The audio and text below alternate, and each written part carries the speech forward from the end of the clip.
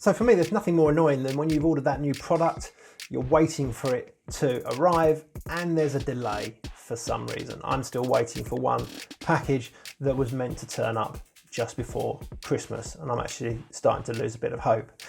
It's the same for the manufacturers as well, but the ramifications can be so much more costly to them if you're starting to see delays, etc.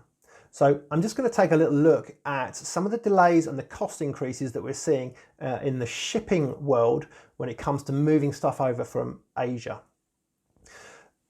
So you imagine you're ordering your favourite pair of shoes and you are told it's £5 to get them delivered to your house.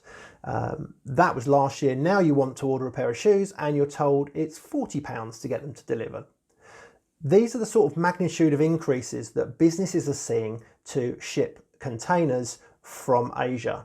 A 40-foot container that may have cost $2,500 to ship last year, some quotes are up to about $16,500 for that same size of container. So why is this the case? Well, there's a shortage of containers, but it's not. There's multiple reasons as to why there is a shortage. So we need to look at things like COVID. We need to look at things like Brexit, and why is demand so high?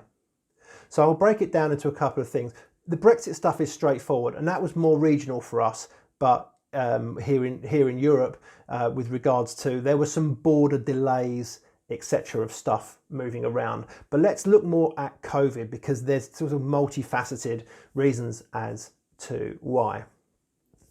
COVID meant a lot of people were staying at home.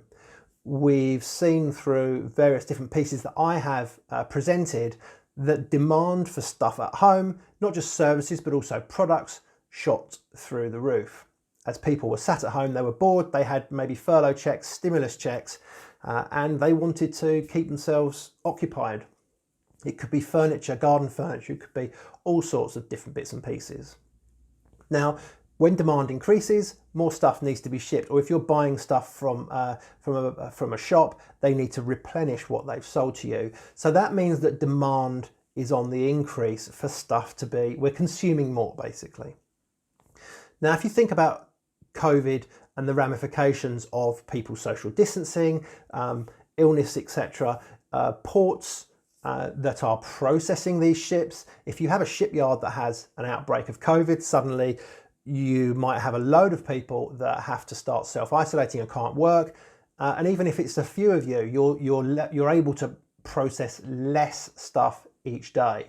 Also, if you've got truck drivers that are ill and unable to work, you've got to have container ships or containers that aren't being able to be moved away from the port. So this can cause quite a significant backlog.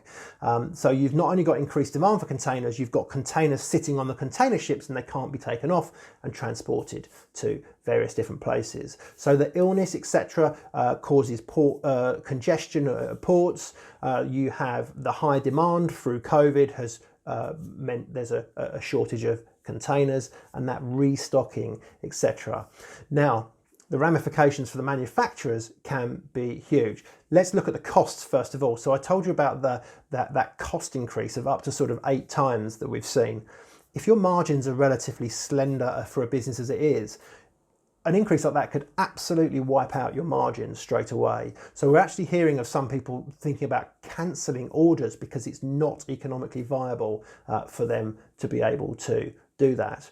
Let's think about another angle, seasonal products here. Let's say that your winter stock is coming over and it's delayed by a month or 2 months. That delay could be huge, especially with the changes in the weather. So you could end up having your seasonal stock coming through at the wrong time, it's delayed, and ultimately that then means that you're getting the stock at the wrong time and you're more likely to have to cut the price to be able to sell it. The article is saying the FT, they did a survey of 900 small and medium-sized companies. 77% of those 900 companies all said they'd had supply issues in the last 6 months.